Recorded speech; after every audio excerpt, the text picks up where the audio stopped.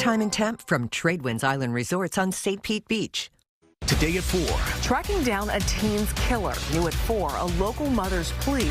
Measles outbreak warning, why local officials are sounding the alarm. Then it's video gone viral, a bunny brawl in downtown Orlando. Today at 4. Changes are happening We're over watching the the weekend. skies. Every day, we fine-tune the forecast, search for the sunshine, chase storms. Every day, weather stories live to be told, and we're here to tell them. WESH-TV First Alert Weather. Happening now at 4, a 14-year-old is shot dead in Orange County, and now deputies are trying to track down his killer. We spoke to the boy's heartbroken mother tonight. And a deadly stabbing on Easter Sunday. And wait until you hear what police say was the root of the crime. Hoppin' mad. Today, WESH-TV spoke to the bunny who landed a few punches before a police officer had to step in here. Local, live, late-breaking.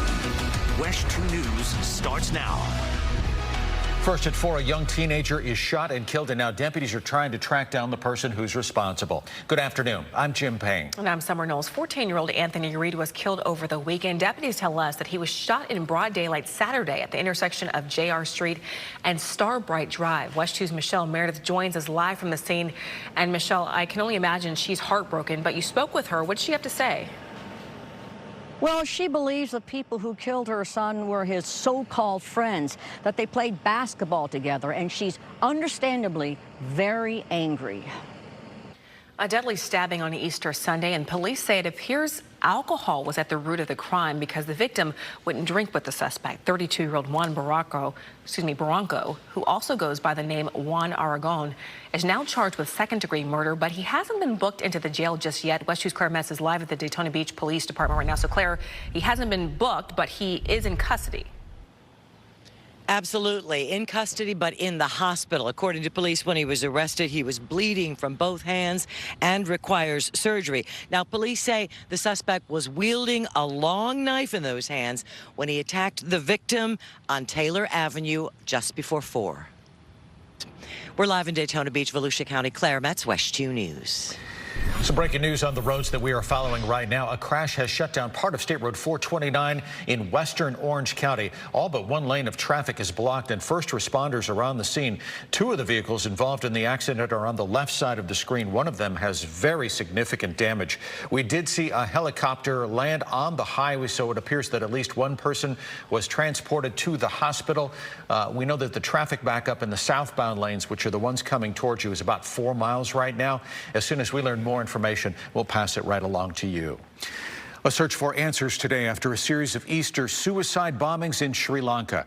290 people are dead, at least 2 are Americans. As the investigation unfolds, the Sri Lankan government admits it had advance warnings of possible attacks just days earlier. NBC's Janice Mackey-Frayer has the latest this afternoon.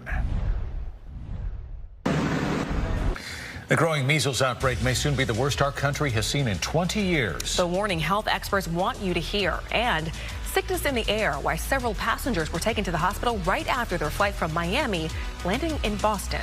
But first up, bunny brawl in downtown Orlando. This video is going viral, showing the moments a police officer broke up one strange fight. And now WESH-TV investigating how it all went down. Tony. And I tell you what, the Easter Bunny may not be happy, but most folks are with the weather. You take one look outside. We had some gorgeous weekend weather. That's carrying over on it tomorrow. Then we've got some late week changes. That story straight ahead. Easter Sunday night in Orlando delivered a bunny brawl when someone dressed as Peter Cottontail played the role of bouncer. So what led up to all of this, and are police taking this downtown beatdown seriously? WESH-TV News reporter Greg Fox is in downtown Orlando with our report this afternoon. This is Antoine Edwards. No, not the guy on the ground. In the bunny suit, trying to get another man off a woman along Orange Avenue Sunday night. 1, 2, 3. On Monday, the now viral video had Edwards taking celebrity bows on the sidewalk where it happened. He says while out with friends for some Easter bar hopping, bunny suit and all, he saw the man and woman fighting. But I got over there, tried to break up the fight. And then with me trying to break up the fight, it led him to get on top of her and hit her. So then I had to try different methods, basically, to break up the fight. which actually worked. Lindsay Edwards, who provided WESH-2 News with his cell phone video, told me by phone it all happened so fast and that just before the fight, he saw the man spit on the woman. Then the bunny-clad Edwards rushing in. His friends were right behind him. If anybody's seen that, I think, you should definitely go ahead and take initiative into your own hands and just go ahead and break it up, because that's horrible At very minimum, break it up. Huh? Right. Police were there seconds later and immediately thought the whole thing was a hoax. The officer came up to me and said, listen, if you do that again, I'm going to arrest you in the damn bunny suit. I just rushed over there. I didn't even say, hey, look at this. No, I just rushed over there. So it was a real deal, nothing fake. It was a real deal, nothing fake. So what was the result of what happened here outside the SAC Comedy Lab? According to Orlando police, nobody was arrested. Everybody here on the sidewalk was dispersed. Case closed. In Orlando, Greg Fox, WESH-2 News. And Orlando police are also telling us that they took no names and did not even file an incident report in this case. A group of students flying from Miami reported feeling sick on their flight to Boston. The 16 passengers ended up in the hospital after landing. One member of the group says they were visiting the Galapagos Islands and Ecuador before arriving in Miami and all ate the same thing right before that flight. They are all expected to recover. If you live in parts of Marion, Volusia, or Lake County, you might hear a few loud explosions this week. Once again, U.S. Navy will be dropping live bombs on the Ocala National Forest as part of a series of training exercises. Military jets will drop the bombs about 2 miles west of some campgrounds and several hiking trails. The loud explosions may push wildlife out of the forest and into nearby roads. Red noses are back, and we're not talking about the flu season. The 5th annual Red Nose Day is next month, and there are new styles of noses this year. The 4 new noses each display a special power to address childhood illness, homelessness, hunger, and illiteracy. You can buy a red nose at Walgreens. The Red Nose campaign has raised nearly $150 million since 2014. Red noses will be available through June 1st. Red Nose Day is May 23rd with a special show right here on NBC. All right, meantime, Central Florida weather, fantastic all weekend long. Yeah. Fantastic for the next several days. Yeah, I tell you what, low humidity all weekend long, carrying on over today. A little heat, little humidity towards midweek, and then we have some changes coming in by Friday. I'll break that all about down. right. Yeah, we do. We need some rain after a couple of dry days. But look at that. Hard to even find a cloud out there right now. Wind is calm. Temperature, perfect. 81 degrees. Humidity is at 23%. We take a look at that visible satellite perspective. You can clearly see the clouds are going from the north to the south. So we have that north-northeast wind. Beautiful day out there.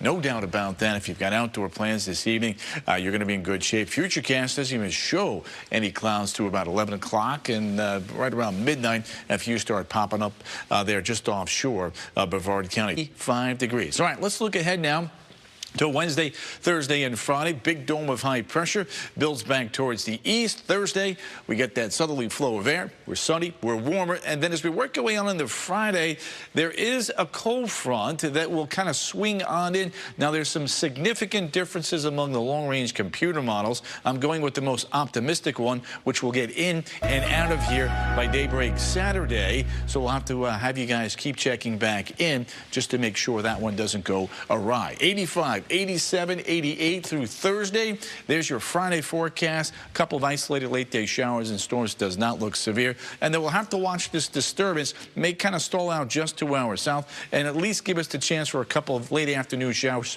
once again Saturday and Sunday. Guys, back to you. Tony, thanks. It's a critical discovery for the thousands of people in the U.S. suffering from ALS. What researchers have now found that could lead to a potential cure. But first, one scary attack at a zoo. A tiger nearly kills one of its handlers. The investigation tonight into what went wrong. A frightening attack at a zoo in Kansas. A tiger attacked its handler. Holiday weekend crowds witnessed the horrifying scene at the Topical Zoo. It happened in an enclosed outdoor space. Now, zoo officials say the two should not have been in the same space at the same time, stressing the cat didn't do anything wrong and that euthanizing him was never on the table. He's just a really great tiger, and I can't stress that enough because it's a horrible situation, but he was just being a tiger. The zookeeper was treated for multiple cuts and puncture wounds to her head, neck, back, and arm. She remains in the hospital, but in stable condition. The world already knows about the problems with the Boeing 737 MAX planes. Now the company is denying a new report in the New York Times questioning the safety of its 787s. The report describes the work at the North Charleston, South Carolina facility as shoddy production. Workers claim Boeing ignored and sometimes sought retribution against employees who complained the plant turned a blind eye to problems created by a rush to produce planes as quickly as possible. The site leader of the Boeing facility says the article distorted information and rehashed old stories that had already been put to rest. Discoveries at St. Jude Research Hospital could help ALS patients and many others. They found enzymes that could play a counteractive role in degenerative neurological diseases like ALS and dementia. Researchers say those enzymes can break down the cell structures that kill muscle and brain cells. It's not a cure, but it's certainly a step along the way. The next thing is to see whether in these types of models, does stimulating ULK1 and ULK2 activity increase the lifespan or start to treat the pathology. The next step is more lab testing to see if boosting the enzymes with drugs can make a difference in treating muscle and brain disorders. A close call for a driver whose SUV ended up in a Philadelphia river. She can thank a group of bystanders who did not stand still for saving her life. You could see people swimming out to the sinking SUV. Witnesses say they could hear the woman banging on the window. Rescuers used a tire iron to smash the back window and get her out. Everybody's okay, and it's just what anyone would do. So glad we could help. The woman was conscious as police took her to the hospital. At least one of the rescuers suffered minor cuts from the broken window, but was not seriously hurt. What a muddy mess that was. A new plan is drawn up by lawmakers after the 2018 ballot counting controversy. The very latest on a new bill that could help our state's election woes. But first, a new warning on the spread of measles throughout the country, how many new cases the CDC is reporting, and what health officials here in Central Florida want you to do. WESH-TV traffic is driven by Toyota of Orlando and Toyota of Clermont. WESH-2 News continues. Right now at 4:30, some alarming statistics on the spread of measles throughout the country. We are now on track to break the record of the number of cases since the disease was declared eliminated. The CDC is reporting 71 new cases, which brings the number for this year to 626. While there have been no deaths, 20 states are reporting measles cases, and Florida is one of them.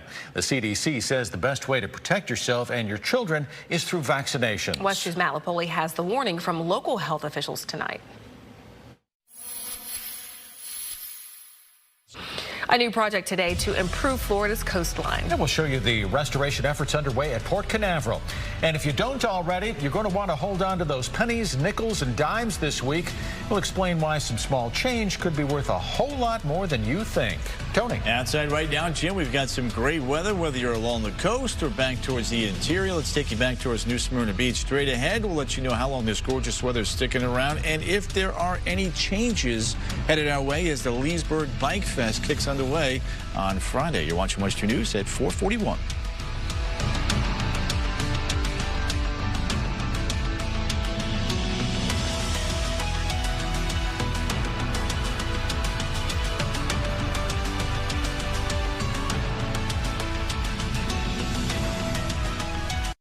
Cancer is the second leading cause of death in the U.S. And the probability of you getting cancer is 1 in 3. That's why WESH-2 has gotten involved. We partnered with the American Cancer Society's Relay for Life campaign. And you can help too. Because when we walk together, we help to attack cancer from every angle. Learn more about a Relay for Life event near you by going to WESH.com. Donate, celebrate, support. Your involvement can change lives. Well, you know, the beach has to be a popular place right now, certainly all weekend, because the weather is fantastic. Yeah, and the water temperatures are coming up, too. We're running in the low to the mid-70s. You know, a couple of weeks shy of June the 1st, start of hurricane season. Our water temperatures jump up to about 80, so it's coming. It's coming quick there. So let me take you back outside. It's going to be great beach weather, whether you're in Volusia, Flagler, or Brevard County today, tomorrow, even on into Wednesday and Thursday. So if you don't have the opportunity to get out there today, tomorrow, you still have time later on this week. 75 degrees right now, over to towards New Smyrna Beach as we head in towards the upcoming weekend. Either which way, looks like there's going to be a little bit of rain in downtown Leesburg for the start of a bike week here, Bike Fest, as you see 9, noon, and 2. A couple of showers around, maybe an isolated thunderstorm around noon. We'll keep you posted on that. Let's take a look now at that Saturday, Sunday setup. There's the front down to the south. Moisture may try to build back to the north on Sunday, so it's that dynamic. If you have plans for the outdoors late in the weekend, you want to keep checking back in to get the update on that Sunday forecast. Tuesday, Wednesday, and Thursday, no issues whatsoever. Near 90 on Thursday. Friday, showers, maybe the chance for a couple of thunderstorms, and we'll watch for a couple of showers south of Orlando on Saturday, and then area-wide on Sunday as temperatures meander in the middle 80s. All right, on this Earth Day, it is a fantastic time to look at how you can make your life a little bit more eco-friendly. Part of that includes sustainable living, and a new community in Florida is making big strides. How these homes are helping the environment, next. WESH-TV First Alert Weather is sponsored by Subway Restaurants. Homes are also built with carbon fiber material, which is strong enough to withstand a Category 5 storm. I tried to find out how much these cost. Yeah. Yeah, I think it's one of those if you have to ask. Yeah. You're not in the market Don't even bother. WESH News at 5 is straight ahead. Stuart Moore joins us now with what's coming up in our next hour. Guys, flames ripped through an Orlando home during the middle of the day. Now neighbors are talking about the moments they saw that home go up. We have the latest on the battle to put out the fire and what rescue crews think may have started it. And it's a trend happening in Orlando no one wants to see. More foreclosures. Why Central Florida has become a hotspot for the real estate fallouts. Plus, the capsule meant to take astronauts to space from Brevard County had a major accident over the weekend. We're live at the Space Coast with what this means for launches on SpaceX. Next at 5.